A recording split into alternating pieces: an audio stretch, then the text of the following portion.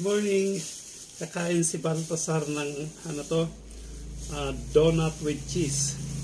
Pero kailangan kamay-kamayin kasi pag ibigay ito na ganito, itatago lang niya pero hindi niya kakainin. Pero pag ikaw magpapakain sa kanya, unti-unti lang kakainin niya. Gusto niya kasi may cheese siya eh. Yan.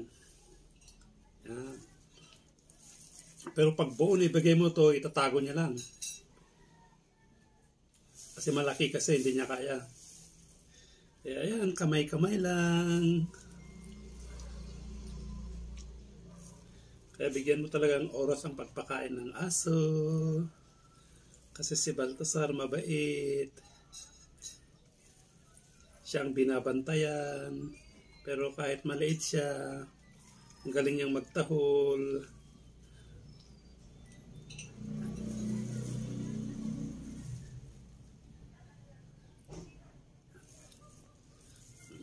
Ubusin mo lahat ito ha. Tapos inom ka ng tubig. Natakaw na si Stanley kasi nag-vitamin siya. Kaya ganon. Buti pati yung aso naka-vitamin. Diba? Yan. At least gusto niya yung tinapay. Donut with cheese gusto niya. At tapos yung yung hot cake, yung niluluto na pancake, ayan gusto niya rin. Ayan si Stanley.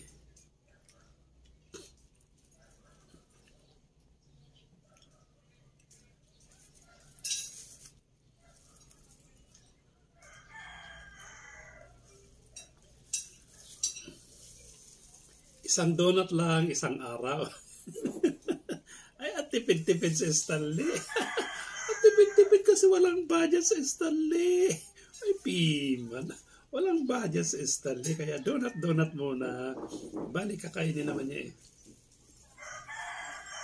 Ay, sarap sarap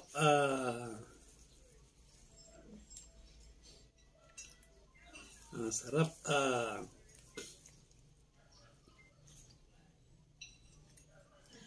pa. May, kalahati pa, ubos na.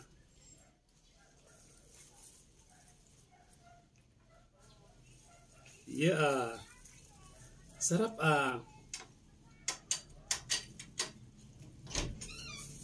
Bili ka ulit bukas. Yan. Ay, bili ulit siya bukas. Ubos na. Ang galing Hala, ang lapit ito.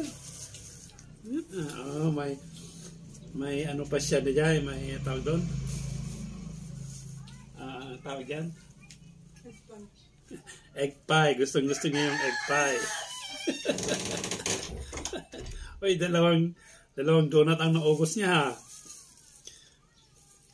Di ba, may tubig ka naman dyan ha. Inom ka na lang pag maltupan ka, no? Ang takaw-takaw ngayon ni Stanley. Very good. Ha? Sarap na. Oh. Talaga si Stanley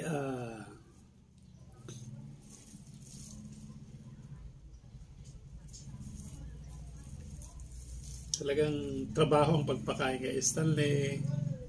Babantayan mo.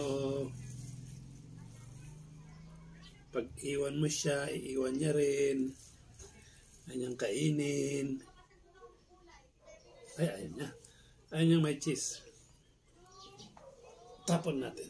Yung tinapay lang ang gusto. Ayan na. Ayan na, naamoy niya kasi yung may cheese eh. Kaya ayaw na niya. Sige na, bye-bye na.